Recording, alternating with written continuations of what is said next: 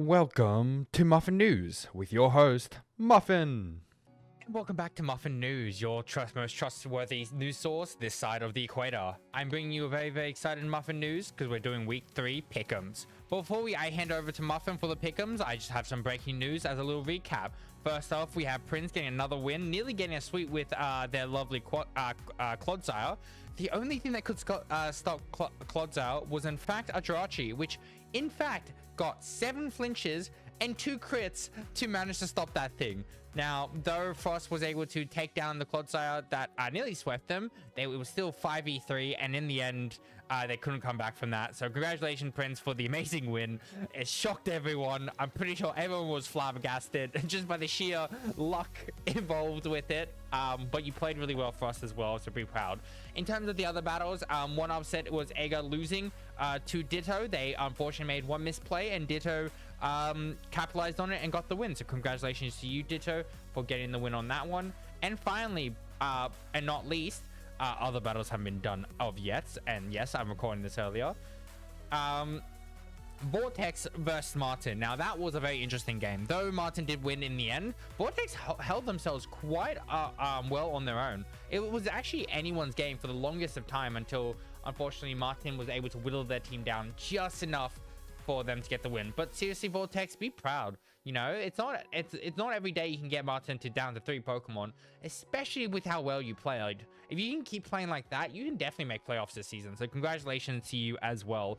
In terms of everyone else, do your battles. By the time you see this, either your battles have been done or you got an extension. Whatever that is the case, I don't really care. I'm gonna throw it over to the other Muffin for this week's Pickems. Thank you, Muffin, for that very interesting intro. Like I said, it's like Muffin said, it was a very interesting week 2, and I can't wait to see the rest of the games. Unfortunately, we won't get to speak about them till the following Pickems. But let's get started. First off, we have Brooks versus Frost, a very interesting match. Now, Frost proved themselves to be the king of Jirachis, just because of the amount of times they flinched and critical hit with the Jirachi. They also got a lucky power as well through Thunderbolt. So I don't know what that Jirachi is on, but it's definitely on some drugs. However, Brooks' team, once again, is absolutely stacked to the brim with Pokemon. It's going to be very tough breaking that down. You know, I'm not even sure if that you have every threat to break it down, you know. They do have the base 160 defense Pokemon on Frost's side, so that could definitely help them against some of those physical attackers. But overall, how do you break down this team? I have some ideas. You know, the Cleavor could definitely come. Palafin could be a very big chance to shine in this battle. And then between Jirachi and possibly the Quack Mobile, aka Porygon, you can definitely see some tough. This is going to be a tough battle. If Frost can play their cards right, they can definitely pull out the win over Brooks. So if I had to say who would win, look, I think Brooks does have the stronger team, but I think Frost is in desperate need of a win. I think they definitely will show what they're made of against this powerful team. All the best to you, all of you. Up next is Fungus versus our Gen 3 Monotype Iceman. I forgot to get rid of the Terrors because honestly, Terror prediction, who cares about those? You know, if you're Terror, you're a coward. Don't Terror, never Terror. You're a coward. Honestly, I think this is another situation where the Ice team has actually a really good matchup. Dragapult doesn't like the ice. Lando doesn't like the ice. Primarina doesn't like Freeze Ride. Rotom doesn't like the ice. Alamalola doesn't like ice.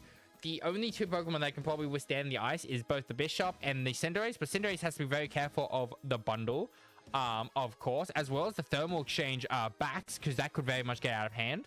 And then Bishop has to very much worry about that Mamoswine, or worse, burn from the Rotom Appliance. I think this is another Mono Ice win. I'm not gonna lie. I think the Mono Ice has such a fantastic matchup here that I think Fungus is gonna have a hard time trying to figure out how to break this team, because it isn't just slap on a fire move. It's how the heck do you break this down? Because even if you slap Earth Power on Lando or Focus Blast on Lando and then Flamethrower on Dragapult, you still have the defensive core or Regice sitting there. On the physical side, you still have the Avalugg sitting there.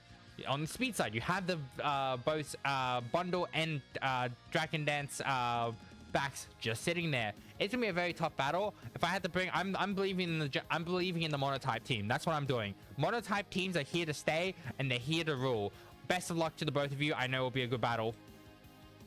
Up next is my goat, Prince. Prince every week has been bringing the heat. Honestly, no matter what battle Prince does, it's always entertaining, and that's what we value most in Keldeo. So Prince, honestly, on entertainment value, you always win regardless. On Martin's side, they do have some very massive threats. As always, the Darkrai with the hands, very scary. The Terra, Reggie Drago, always can be very difficult to beat. Honestly, though, if we're talking battle-wise, I think Martin might have a better idea, a better chance of winning. But we're talking about sheer entertainment to watch. Prince has it all the way. Best of luck to both of you. Prince, continue to be yourself and continue to make this league super entertaining. Next, we have Aaron versus Agar. So this is going to be a very interesting battle. We have the pets versus the Zamazenta that Agar wanted. There is a Pokemon missing at the moment. Don't worry about that. They got taken out back. They had to go to the vet for a little bit. They'll be back next week. But regardless of that, honestly, I think it's a very even-ish matchup. You know, you have these very scary Terra Yangma that actually looks quite good in this matchup. Depending on the Terra type that they do have the Corviknight to try and sit there. Corviknight also does well against Zamazenta to try and sit on that as well, and the Ogerpon to an extent. But you have to be very careful of the Gorging Fire, a Pokemon that Agar definitely knows what it can do and how well it can turn into a sweep if they let them get Dragon Dances up. You have the Tinglu and Galvantula for Webs. I think Webs could be a very, very annoyance for Agar's team, but you have so much removal. Do you even bother with Webs? I'm not too sure. Then you finally have the Avalog, which I think might make an appearance here. Terra Avalog, just because of the amount of physical attack is, but you also got to be very careful of any Sylveon plays. Look, honestly, if I had to pick who to win, I'm always going to go for my goat Agar, but I think Aaron, if they play their cards correctly and they play the Doggo and both the Doggo and Gouging Fire and Yamega correctly, I think they have a really strong chance of winning as well. Best of luck to both of you, and I can't wait to watch the battle. Up next is Vortex versus Bandito. A very interesting battle. Like I said, forgot to take the Terras off them. That's all right. Bandito has continued every week to showcase their power on the field. I get to fight them by the time you're watching this. Muffin, the competitor, not me, Muffin, will get to would have already fought. Did they win? I'm gonna probably say yes, they did win, because guess what? This Muffin guy, he ain't taking it seriously. What is wrong with him? But in terms of this battle, I think it's, though it probably looks one-sided towards Bandito, I think Vortex has been cooking really, really well so far. And I think Bandito really has to be very careful of that Val. I think that Val, in the essence of what it can do, can really just snowball, whether it's a physical set or special set. Could be a mixed set as well. So it's not really like, oh, hey, my Terra Fairy can beat it. You know, you always got Poison Jab to be very worried out. I think it learns Flash Cannon as well. On the other side, Vortex is still going to have to try and figure out how to get over Roaring Moon, Gliscor, even Bravery to an extent. How do you get over these massive threats? And this is going to be something that Vortex is really going to have to think about. If I had to pick someone who's going to win, I think Bandito does have the better team, potentially with more offensive threats to win. But Vortex continues to surprise me. They've surprised me week 2. So I'm excited to see if they continue to grow as a battler and it wasn't just a one-time thing. Best of luck to both of you. I wish you all the best. Finally, it is Ditto versus Muffin. Honestly, let's be honest here. I don't think Muffin has this at all. He's a massive choke. He's a massive fraud. And let's be honest, Ditto, just beat the man. Beat the man. I mean, Muffin's team is always a headache to fight, but Ditto does have that massive offensive threat against Blaziken, which can set up and kind of actually ruin your day. You do have the Manaphy and the Sizzle. There's a lot of massive threats on Ditto's side, but on the other side, Muffin does have the Chi-Yu there. It does have the Glow King as well, which kind of actually completely stomps the Blaziken to a great extent. Like, what can that thing, maybe gets a dark type move, but realistically you don't really want your Blaziken sitting in front of a Slow King G anyway.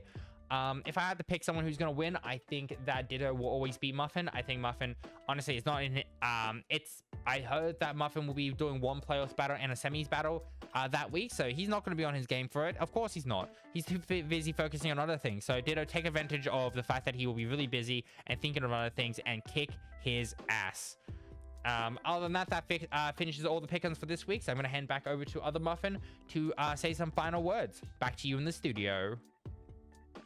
Wow, thanks, Muffin, for all those encouraging advice to all the coaches. And I'd just like to reiterate, all the best to all you coaches playing. Remember to have fun, make some awesome sets, and enjoy your time. That will conclude today's episode of Muffin News. I hope to see you again next week. Have a lovely good day.